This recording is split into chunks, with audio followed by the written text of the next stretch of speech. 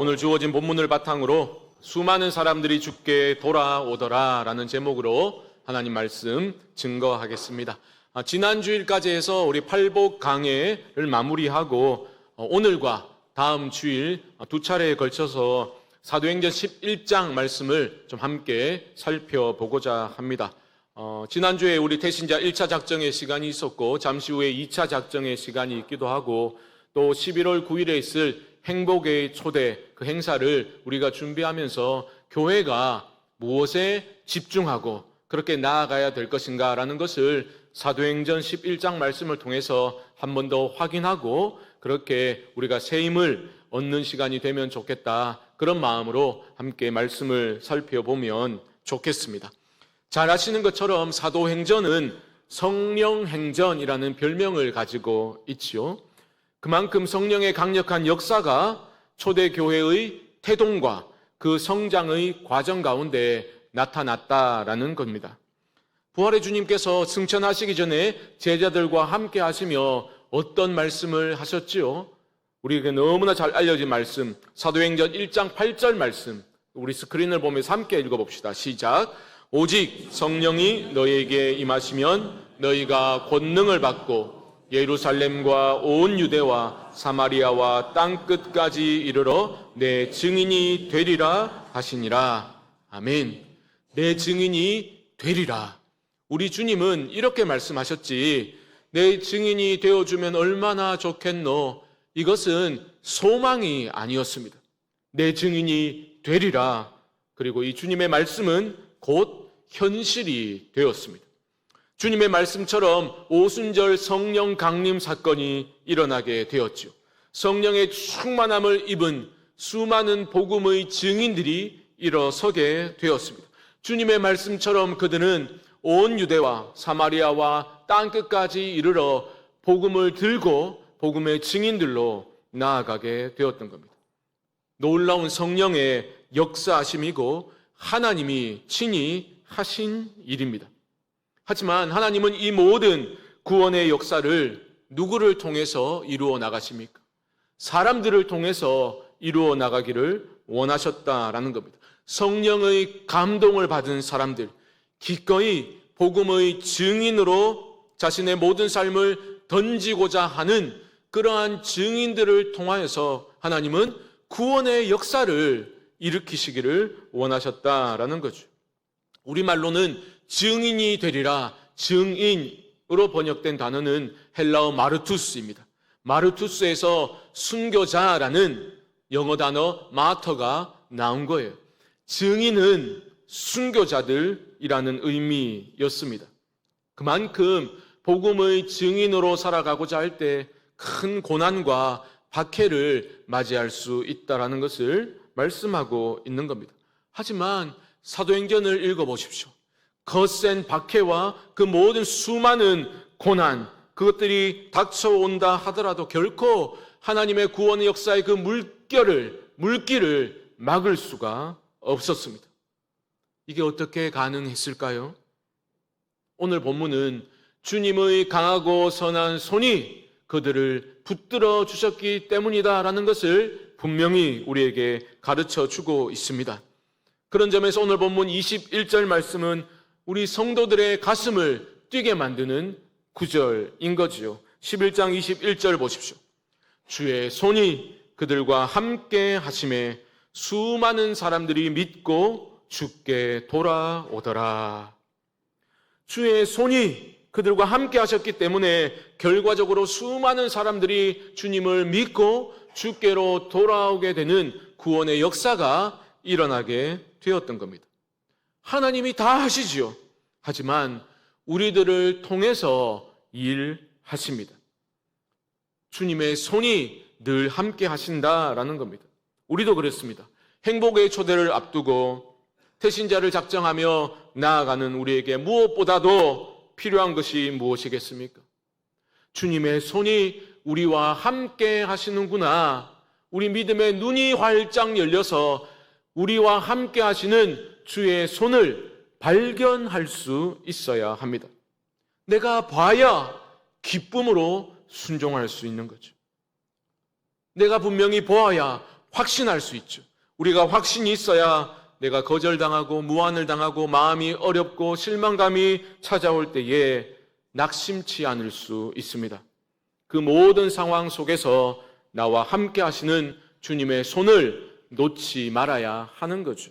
아니, 정확히 말하자면 우리가 놓치지 않는 게 아니죠. 우리 주님의 강한 손이 결코 우리를 놓아주지 않을 것이기 때문에 우리에게 영원한 소망이 있는 겁니다. 물론 쉽지는 않습니다.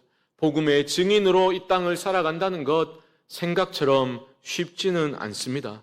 그런 점을 오늘 본문이 쉽지 않다라는 것을 보여주죠.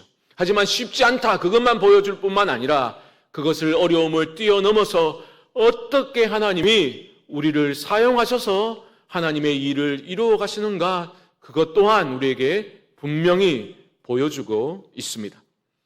오늘 본문의 시작인 19절은 이렇게 시작하고 있죠. 보십시오. 그때에 스데반의 일로 일어난 환란으로 말미암아 흩어진 자들이라고 시작합니다.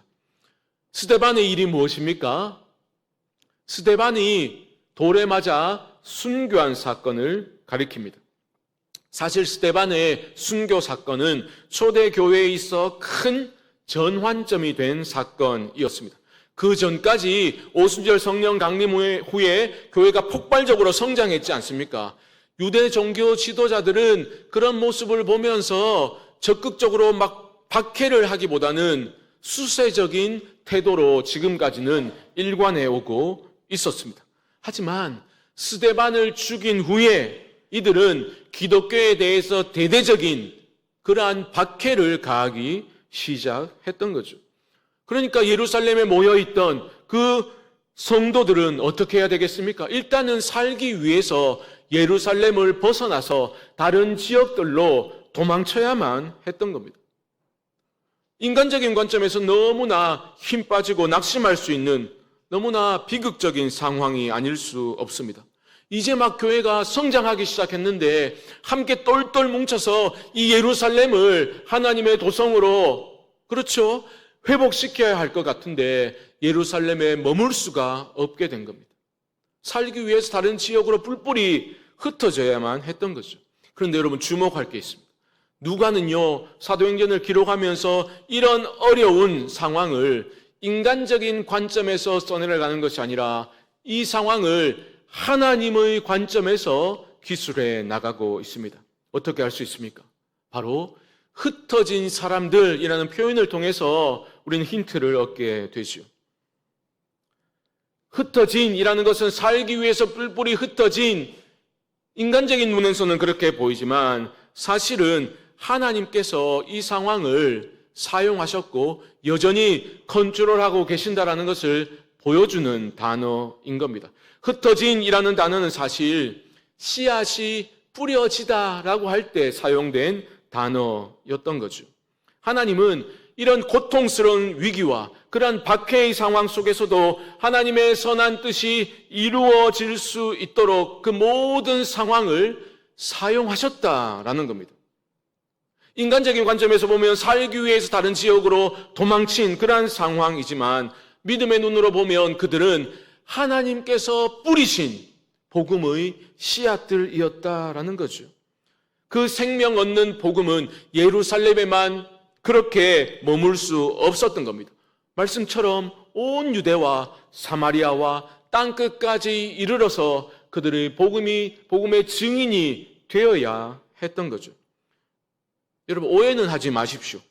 복음 사역을 위해서 성도들이 죽건 말건 하나님은 그저 그들을 사용하시고 버리신다, 이런 의미가 아닙니다.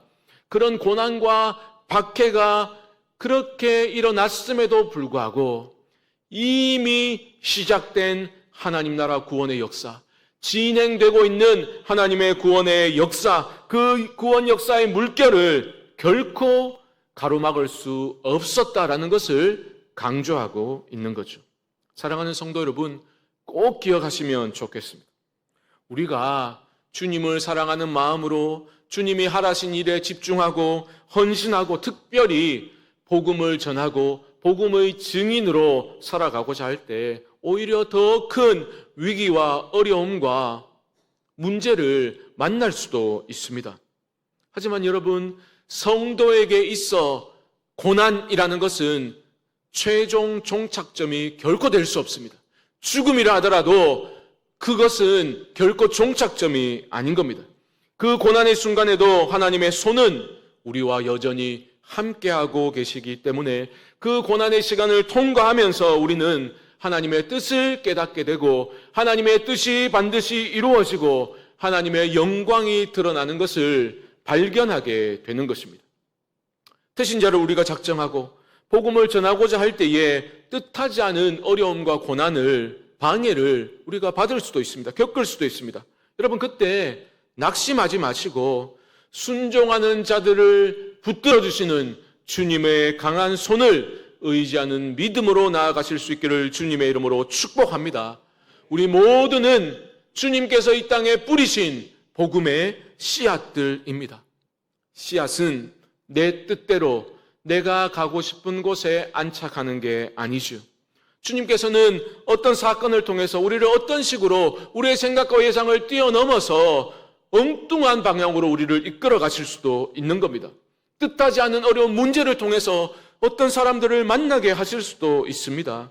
그때에 내 뜻대로 일이 진행되지 않는다고, 어떤 어려운 문제가 발생한다고 여러분 낙심하시고 주저앉으실 것이 아니라 나와 함께 하시는 주님의 손을 믿음의 눈을 들어 발견하고서 주님의 손이 이끄시는 대로 순종으로 나아갈 때에 하나님이 우리를 통해서 놀라운 일을 행하여 주실 줄 믿습니다.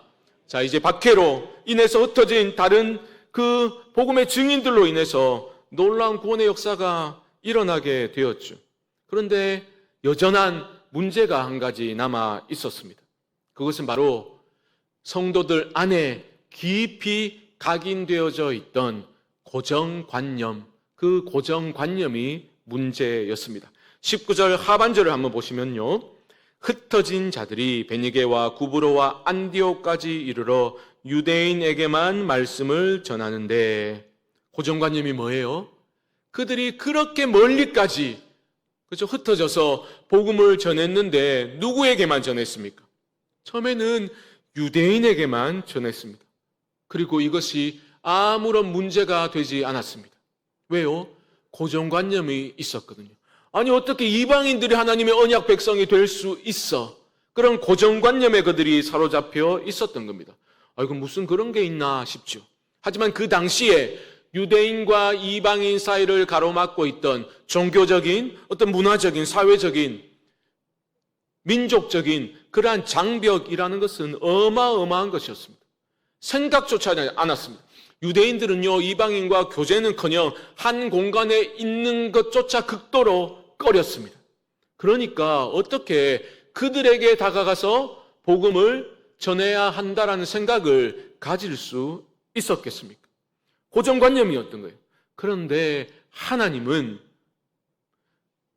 그런 자들 중에서 소수의 사람들에게 깨닫게 하시는 거죠. 아, 이것이 문제가 있구나. 성령께서 말씀하시고 고정관념의 문제를 깨닫게 하시고 그것을 뛰어넘도록 이끌어 가셨던 겁니다. 그래서 무슨 일이 일어나게 됩니까? 20절 말씀 보십시오. 20절, 그 중에 구브로와 구레네 몇 사람이 안디옥에 이르러 헬라인에게도 말하여 주 예수를 전파하니. 여러분, 상상할 수 없는 일이, 파격적인 일이 일어나 버렸습니다. 몇몇 사람들이 헬라인에게, 이방인에게도 주 예수를 전하기 시작했던 거죠. 이런 일이 어떻게 일어날 수 있었습니까? 이것은 인간의 결단이 아닙니다. 성령의 역사하심인 거죠. 그 공고한 고정관념을 성령께서 들추어내시고 잘못이라고 깨닫게 하시고 뛰어넘게 성령께서 이끌어 가셨던 겁니다. 성령님은요, 우리 안에 존재하는 각종 장벽을 뛰어넘게 하시는 분이시죠. 사도행전 바로 앞장인 10장에 기록된 베드로에게 일어난 일이 이것을 잘 보여줍니다. 여러분, 베드로가 누굽니까? 오순절 성령 강림 사건을 경험하고 성령으로 충만하여 초대교회의 폭발적인 성장을 주도했던 사도였지요. 수많은 군중들 앞에서 역사의 길이 남을 명설교를 베드로가 남겼습니다. 그 명설교가 사도행전 4장에 기록되어져 있지 않습니까? 그 설교의 결론이 무엇입니까? 사도행전 4장 12절 말씀 앞쪽을 보시면 다른 이로서는 구원을 받을 수 없나니 천하 사람 중에 구원을 받을 만한 다른 이름을 우리에게 주신 일이 없음이라 하였더라. 이게 결론이에요. 베드로는요, 이 세상에 구원 없는 유일한 이름 예수 그리스도를 선포하고 또 선포하였습니다. 그런데 그럼에도 불구하고 베드로 안에도 여전히 고정관념이 있었던 거예요. 이방인에게 복음을 전하고자 하는 시도를 베드로가 하지 못하고 있었습니다. 그런데 사도행전 10장을 보면 그런 베드로를 하나님이 찾아가시죠. 성령의 음성을 들려주십니다. 환상을 보여주심으로 고정관념을 깨뜨려 버리셨죠. 그 환상의 내용이 무엇입니까? 베드로가 환상 중에 본 거에 하늘로부터 음식이 내려오는데 열어보니 그 음식이라는 것은 유대인으로서 결코 먹을 수 없는 부정한 음식들이었던 겁니다. 베드로의 반응이 어떠했습니까? 하나님, 저는 지금껏 살면서 이런 부정한 음식 지금까지 먹어본 적이 없습니다. 그렇게 거절을 했죠. 거부를 했습니다. 그때 하늘의 음성이 들립니다. 하나님께서 깨끗하게 하신 것을 네가 속되다 하지 말라. 무슨 말입니까? 부정하다고 여겨졌던 그 이방인들도 예수 그리스도를 통해서 하나님이 구원하신다라는 것을 베드로에게 알려주신 거예요. 베드로 안에 여전히 남아있던 그 고정관념을 깨뜨려 주신 겁니다. 어떻습니까? 우리 안에도 여러 다양한 고정관념이 있을 수 있겠죠. 특별히 영혼 구원하여 제자 삼는 교회의 본질적 사명을 감당하기 위해서 그렇게 나아갈 때에 우리 안에 먼저 깨져야 할 고정관념들이 있을 겁니다. 태신자를 작정하고자 할 때 아이고 전 생긴 게 무슨 불교상이다. 그래서 안 될 것 같고 이 사람은 말하다 보니까 너무나 이성적이고 논리적이라서 종교 얘기를 꺼내면 그냥 관계가 완전히 틀어질 것 같아서 안 되고 여러 다양한 고정관념들이 우리 안에 도사리고 있는 거죠. 어떻게 하시겠습니까? 우리를 사랑하시는 하나님은 깨닫게 하실 겁니다. 이런 고정관념들은 깨어져야 할 생각들이로구나. 깨닫게 하실 때 여러분 믿음으로 용기 있게 반응하시기 바랍니다. 그 고정관념을 넘어서서 복음을 전하는 우리 모두가 될 수 있기를 소망합니다. 구원 얻는 유일한 이름, 예수의 이름, 확신 가운데 그들 모두에게 필요한 것은 예수님이 주시는 생명이라는 것을 우리가 확신하며 믿음으로 나아갈 수 있기를 주님의 이름으로 축복합니다. 21절 말씀을 보십시오. 주의 손이 그들과 함께 하심에 수많은 사람들이 믿고 주께 돌아오더라. 이 짧은 한 절의 말씀 안에 초대교회 부흥의 비밀이, 본질이 담겨져 있습니다. 복음의 증인들이 거대한 장벽을 뛰어넘어서 이방인들에게 그 복음을 전했을 때 그 주어진 결과는 그들의 어떤 탁월한 언변이나 전략에 있지 않았습니다. 주의 손이 그들과 함께 하심에 하나님의 손이 그들을 붙들어 주었고 그들을 이끌어 가셨던 겁니다. 그들은 그저 주님의 선하고 강한 두 손이 우리 양 어깨 위에 놓여져 있구나라는 것을 깨닫고 믿음으로 순종하며 나아갔을 뿐입니다. 그런데 놀라운 구원의 열매가 맺어지게 된 거죠. 꼭 기억하십시오. 영혼 구원이라는 것은 내 능력으로, 내 지혜로 이루어지는 것이 아니라 주님의 손이 우리와 함께 하실 때에 이루어지는 것입니다. 모든 것은 주님의 손에 달려 있어요. 이 단순한 영적인 진리가 우리의 마음을 가득 채우고 우리의 마음과 생각을 다스리게 될 때에 우리 안에 담대한 용기가 솟아나고 평안과 자유가 임하게 될 줄 저는 믿습니다. 내가 아닙니다. 하나님이 하십니다. 우리는 그저 순전한 믿음으로 반응하고 주님의 손에 붙잡힌 바 되어서 이끄시는 대로 순종하며 나아가겠습니다. 그 용기를 내기만 한다면 주님의 손이 우리를 이끌어 가사 반드시 하나님이 기뻐하시는 영혼 구원의 역사가 일어나게 될 줄로 믿습니다. 이번 주간에 권찰의 첫 모임을 하면서 제가 갈라디아서 6장 말씀을 우리 권찰님과 그렇게 잠시 나누었습니다. 갈라디아서 6장 9절 말씀 보시면 우리가 선을 행하되 낙심하지 말지니 포기하지 아니하면 때가 이름에 거두리라. 이 말씀을 좀 드렸어요. 구역원들을 섬기는 것, 영혼을 섬기고 사랑하고 케어한다는 것, 그거 쉬운 일 아닙니다. 어려운 일이라는 거예요. 그런데 어려운 일이지만 우리가 포기하지 아니하고 낙심하지 아니하고 계속해서 전진하기 위해서 필요한 것이 무엇이냐? 바로 이 일을 하나님이 기뻐하신다는 확신이 우리 안에 있어야 된다. 그 말씀을 드렸어요. 귀한 일이고 선한 일이라는 확신이 있으면 우리는 어떤 저항과 문제에 봉착해도 낙심하지 않을 수 있습니다. 뛰어넘을 수 있게 되는 거죠. 성도 여러분, 전도의 열매는 내 손에 의해서 결정되는 것이 아닙니다. 행복의 초대라는 이 행사도 사실 성공과 실패 같은 거는 없는 겁니다. 성공과 실패로 나누어지는 것이 아니라 행초는 오직 순종의 여부가 내 안에, 우리 공동체 안에 있는가, 그것만이 중요할 뿐입니다. 이 믿음이 있어야 돼요. 이 믿음이 흔들리지 않아야 우리는 하나님이 하라신 일에 집중하며 나아갈 수 있는 겁니다. 저를 포함해서 우리 모두의 믿음의 눈이 활짝 열려서 우리를 지금도 이 시간에도 붙들고 계시는 주님의 선하고 강한 손을 발견할 수 있게 되기를 주님의 이름으로 축복합니다. 주의 손이 그들과 함께 하심에 수많은 사람들이 믿고 주께 돌아오더라. 이 말씀이 우리 교회 안에도 현실로 나타날 수 있게 되기를 주님의 이름으로 또한 축복합니다.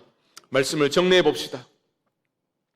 스데반의 순교 이후에 불어닥쳤던 그 큰 박해, 그 박해 자체는 너무나 감당하기 힘든 고난이었습니다. 그리고 그 고난 때문에 성도들은 다른 지역으로 뿔뿔이 흩어져야만 했습니다. 하지만 그런 고난 중에도 하나님의 선하고 크신 뜻은 중단되지 아니하였고 계속해서 순종하는 자들을 통해서 진행되어졌습니다. 그들은 무의미하게 그냥 흩어진 것이 아니었습니다. 하나님께서 뿌리신 복음의 씨앗들로 그렇게 뿌려진 것이었습니다.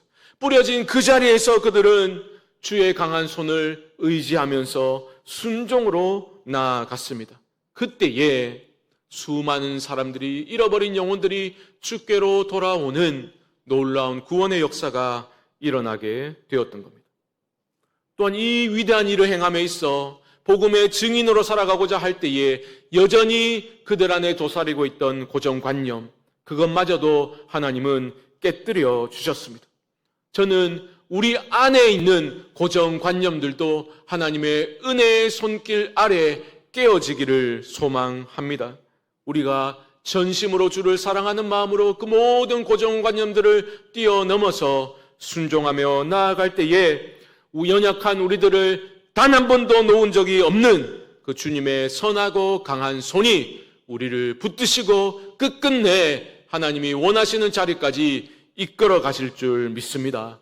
그래서 우리 모두가, 우리 교회가 주님께 드릴 것 있는 그런 열매를 가득 안고서 이 순례의 길 끝에 서 계신 우리 주님을 향해서 끝까지 달려가는 믿음의 삶을 이어갈 수 있게 되기를 예수님의 이름으로 간절히 축원드립니다.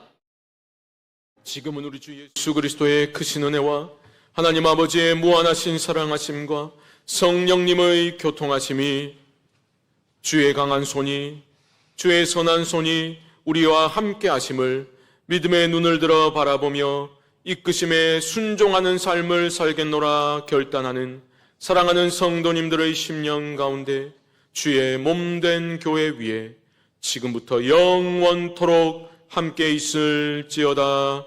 아멘.